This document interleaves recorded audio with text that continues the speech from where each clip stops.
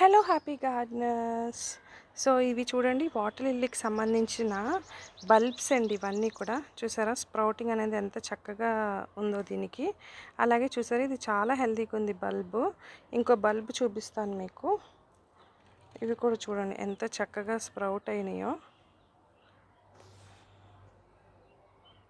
చూసారా, చాలా చక్కగా స్ప్రౌట్ అయినాయి కదా.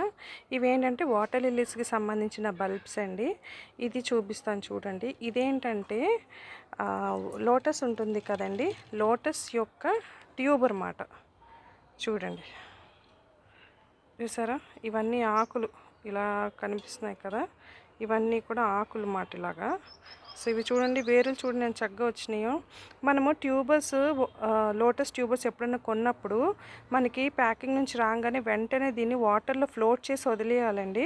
మన వాటర్ లిల్లీ టబ్స్లో అలా వేసి వదిలేయచ్చు. లేదు అంటే కనుక ఏదైనా కంటైనర్లో వదిలేస్తే వితిన్ 1 వీక్కి ఇలాగ చక్కగా ఇలాగ చూసారా, ఇలా లేత లేత రూట్స్ ఫామ్ అవుతాయి అన్నమాట. అప్పుడు మనం పాట్ చేసుకుంటే తొందరగా గ్రోత్ అవుతుంది.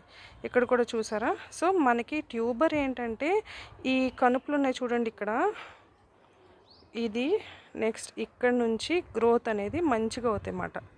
సో ఇదంతా కూడా దాని ఎనర్జీని పాస్ చేసే ట్యూబ్.